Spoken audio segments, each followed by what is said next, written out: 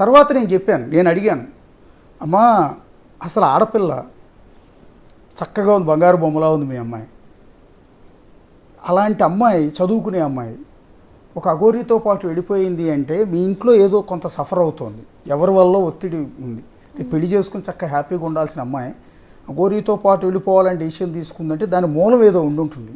మీరు ఒక కన్న తల్లి కదా, ఏ రోజన్నా చక్కగా ఒళ్ళో పడుకోబెట్టుకుని కూతుర్ని అసలు ఏం జరిగిందో చెప్పమ్మా, ఎవరి వల్ల నీకు ఇబ్బంది ఉందని మీరు ఏమన్నా అడిగారా అంటే మీ అమ్మగారు అన్నమాట ఏంటంటే ఇప్పటివరకు అడగలేదండి, నేను కూడా అందరిలాగానే మందలిస్తున్నాను, నా కూతురు కదా దారిలో పెట్టుకోవాలి అని. కానీ ఇప్పుడు మీరు అన్నాక నాకు అనిపిస్తోంది ఏదో జరిగి ఉంటుందని, నా బిడ్డను నేను అడిగి ఉండాల్సింది అని అందా ఆ రోజు. ఇంకోటి ఏంటంటే నేను ఆ రోజు అడిగా, విష్ణు మీ అమ్మాయిని గుజరాత్ నుంచి తీసుకొస్తున్నప్పుడు ఒక వీడియో ప్లే చేశారు చీకట్లో, అక్కడ అమ్మాయి ఏడుస్తోంది నేను రాను అని. ఆ టైంలో విష్ణు అనే వ్యక్తి వాడిన భాష మిమ్మల్ని బెదిరించేలా, నీకు సంబంధించిన వీడియోలు నా దగ్గర ఉన్నాయని, లేకపోతే వాడిన పదజాలం వింటే కేర్ టేకర్గానో అన్నగానో బంధువుగానో అనే మాటలు కాదండి అవి, ఏదో సంథింగ్ తేడా ఉందని అన్నప్పుడు మీ అమ్మ రియలైజ్ అయ్యారు.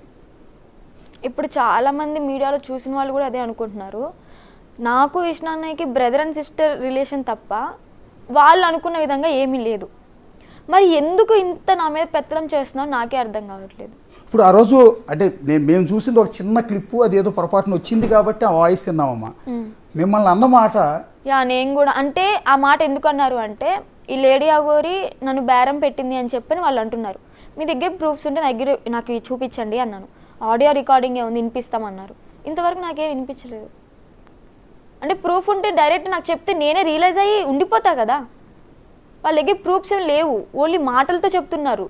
మాటల్లో చెప్తే నేను ఎలా నమ్ముతాను? సరే, మీ అమ్మ గుజరాత్ నుంచి వచ్చేసిన తర్వాత అమ్మ ఏమన్నా మీతో మాట్లాడిందా? చక్కగా అమ్మ అసలు ఏం జరిగింది? లేదు, గుజరాత్ నుంచి వచ్చిన తర్వాత నెంబర్ 1 స్టూడియో వాళ్ళు టచ్లో ఉన్నారనమాట విష్ణు అన్నయ్యకి. వాళ్ళకి మాత్రమే నిజం చెప్పుకుంటూ వచ్చాడు. నెంబర్ 1 స్టూడియో వాళ్ళు ఒక రూమ్ తీసుకున్నారు, అక్కడ స్టే ఉండమన్నారు. తర్వాత వాళ్ళ స్టూడియోకి తీసుకెళ్ళి ఇంటర్వ్యూ చేశారు. అప్పటికే వాళ్ళు నాకు చెప్పారనమాట, ఇలాంటిది అలాంటిది అని చెప్పని. నేను ఇచ్చింది 2 మీడియాలకు వెళ్ళిన తర్వాత నెంబర్ 1కి శశి టీవీ అని ఒకటి ఉంది కదా వాళ్ళకి. అది కూడా ఎందుకు ఇచ్చా అంటే ఈ విష్ణు అనే వ్యక్తి ఇయ్యమన్నాడు కాబట్టి ఇచ్చాను. అసలు మీడియా ముందుకు రావడం నాకు ఇష్టం లేదు. ఇప్పుడు కూడా ఎందుకు వచ్చాను అంటే ఇంకా నిజం తెలియకపోతే జనాలు ఎలాగో అనేసుకుంటారని చెప్పి చెప్పడానికి వచ్చాను తప్ప మీడియా ముందు రావడం నాకు ఇష్టం లేదు. తీసుకెళ్లారు, ఇంటర్వ్యూ చేశారు. జాబ్ నాకు ఇస్తారని నేను ఊహించలేదు, అసలు జాబ్ నేను అడగలేదు కూడా. నీకేమన్నా ఇంట్రెస్ట్ అంటే ఫిలింలోకి వెళ్ళాలని, యాక్ట్ చేయాలని, ఇలా యాంకరింగ్ కొంచెం టచ్ ఉంది కాబట్టి అది కూడా ఇంట్రెస్ట్ చేశారంటే నువ్వు చేస్తావా అంటే నేను ఇప్పుడే చేయను, 1 మంత్ నా మైండ్ రిలాక్స్ అవ్వాలి సార్, ఆ తర్వాత చూస్తాను అన్నాను. చేస్తాను అని కూడా అనలేదు, చూస్తాను అన్నాను.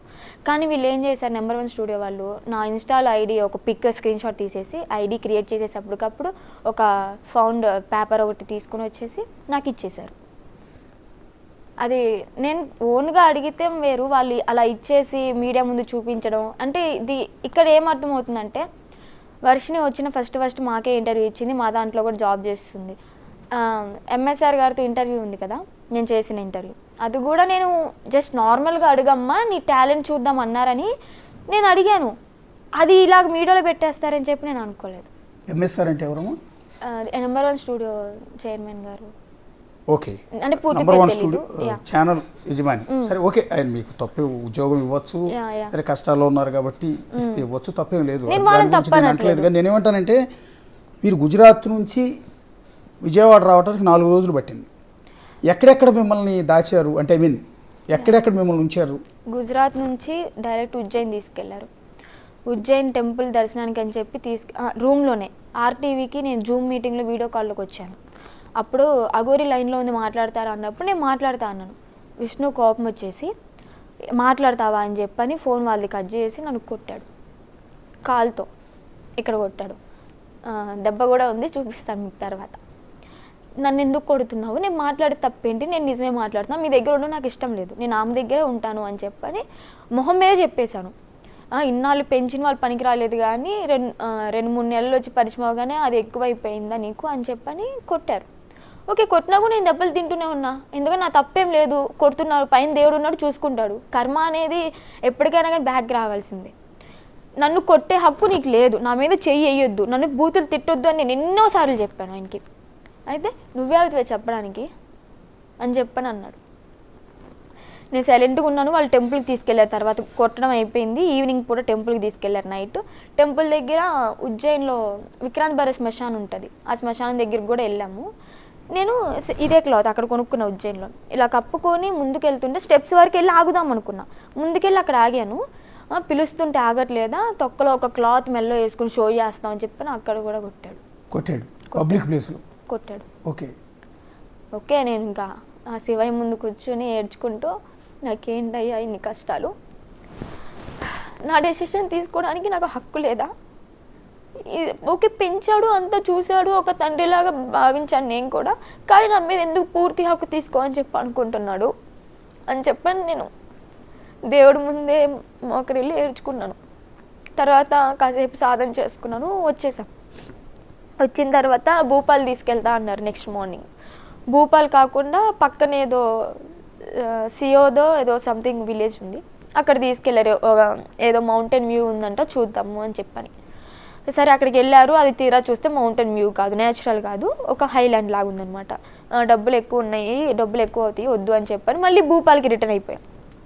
భూపాల్లో 1 డే స్టే చేసి భూపాల్ నుంచి విజయవాడ రావడం జరిగింది బస్సులో. అప్పటికే బిగ్ టీవీ వాళ్ళు, అదే అక్క పేరు ఏదో ఉంది విజయవాడలో ఉంటుంది, సాహిత్య అక్క, ఫోన్ చేసి అడగడం. అప్పుడు తనేమో మేము చెన్నై వెళ్తున్నాము, విజయవాడ రావట్లేదు, 2 days టైం పట్టిద్ది అని చెప్పని అబద్ధాలు చెప్తూ వచ్చాడు. అలా చెప్పమన్నా అంటే నేను చెప్పలేదు, విష్ణునే చెప్పాడు అలాగా. కానీ నెంబర్ 1 ఛానల్ వాళ్ళకి డైరెక్ట్ నిజం చెప్పుకుంటూ వస్తున్నాడు. సార్ ఈ టైంకి రీచ్ అవుతాం, ఈ టైంకి రీచ్ అవుతాం. నెంబర్ 1 ఛానల్ వాళ్ళు రైల్వే స్టేషన్ దిగగానే, బస్ స్టాండ్లో దిగగానే వచ్చి తీసుకెళ్లారు వాళ్ళ రూమ్కి. ఓకే బాగానే ఉంది. ఆ రోజు నైట్ స్టే చేసాం అక్కడ. నైట్ ఇంటర్వ్యూ కూడా తీసుకున్నారు వాళ్ళు, హైదరాబాద్కి వచ్చి తీసుకున్నట్టు. ఎందుకంటే బిగ్ టీవీ వాళ్ళకి హైదరాబాద్లో ఉన్నామని చెప్పాడు కదా విష్ణు, హైదరాబాద్లో ఉన్నట్టు ఇంటర్వ్యూ తీసుకున్నారు. వాళ్ళు వెళ్ళిపోయారు, పడుకున్నాము. తర్వాత 1కో 1:30కో మళ్ళీ సిసిటీవీ వాళ్ళు వచ్చారు, సెకండ్ ఇంటర్వ్యూ ఇచ్చాను, అయిపోయింది, పడుకున్నాము. మార్నింగ్ మళ్ళీ నెంబర్ 1 స్టూడియోకి తీసుకెళ్ళి మీరు చూసిన ఇంటర్వ్యూ మొత్తం జరిగిందనమాట. కాదు, ఇప్పుడు విజయవాడలో హోటల్లో ఉన్నారా మీరు? యా. ఇటు ఇప్పుడు ఇంటికి వెళ్ళిపోయిన తర్వాత మంగళగిరి మీ అమ్మా నాన్న దగ్గరికి వెళ్లకుండా విజయవాడ హోటల్లో ఎందుకున్నారు? అక్కడ ఇంటి దగ్గర మీడియా వాళ్ళు ఎక్కువ ఉన్నారు, నేను తీసుకెళ్ళను అని చెప్పని నెంబర్ 1 టీవీ వాళ్ళు రూమ్ తీసుకున్నారు మా కోసం స్పెషల్గా. ఓకే. ఆ రూమ్